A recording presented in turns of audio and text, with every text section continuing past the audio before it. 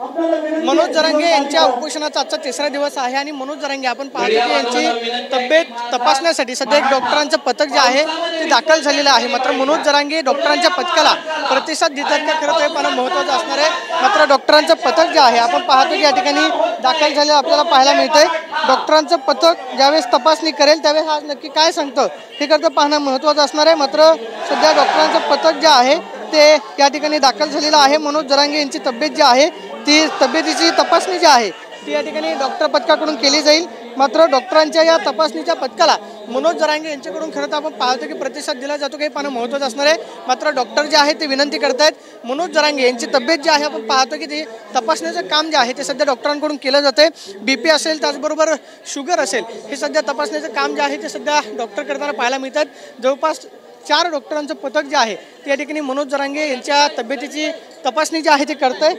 Doctor जे आहे ते डॉक्टरांचं पोलीस जे आहे डॉक्टरांचं पथक घेऊन या ठिकाणी आलेले होते आणि आपण पाहतोय की सध्या मनोज जरांगे यांची तब्येत जी आहे ते सध्या तपासणीसाठी हे डॉक्टर जे आहेत ते तपासताना आपल्याला पाहायला मिळतात। मनोज जरांगे यांच्या आंदोलनाचा आजचा उपोषणाचा तिसरा दिवस आहे, त्यामुळं काही खाल्लं त्याचबरोबर पिल्लं नसल्यामुळे त्यांचा अशक्तपणा जो आहे तो वाढलेला आहे। मात्र आपण पाहतोय की तब्येत ढासू नये यासाठी खबरदारी म्हणून डॉक्टरांचं पथक जे आहे ते या ठिकाणी दाखल झालेलं आहे। सध्या त्यांची बीपी असेल त्याचबरोबर शुगर हे सगळं तपासण्याचं काम जे आहे ते डॉक्टरांकडून केलं जाते।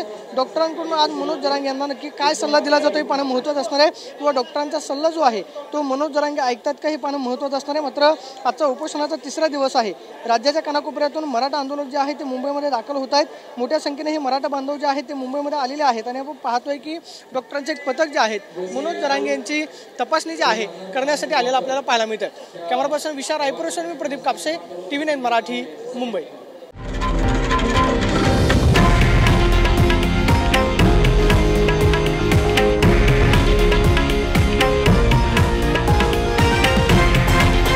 हे आहे देशातील नंबर 1 न्यूज नेटवर्क आणि आपण पाहत आहात TV9 मराठी, एकमेव।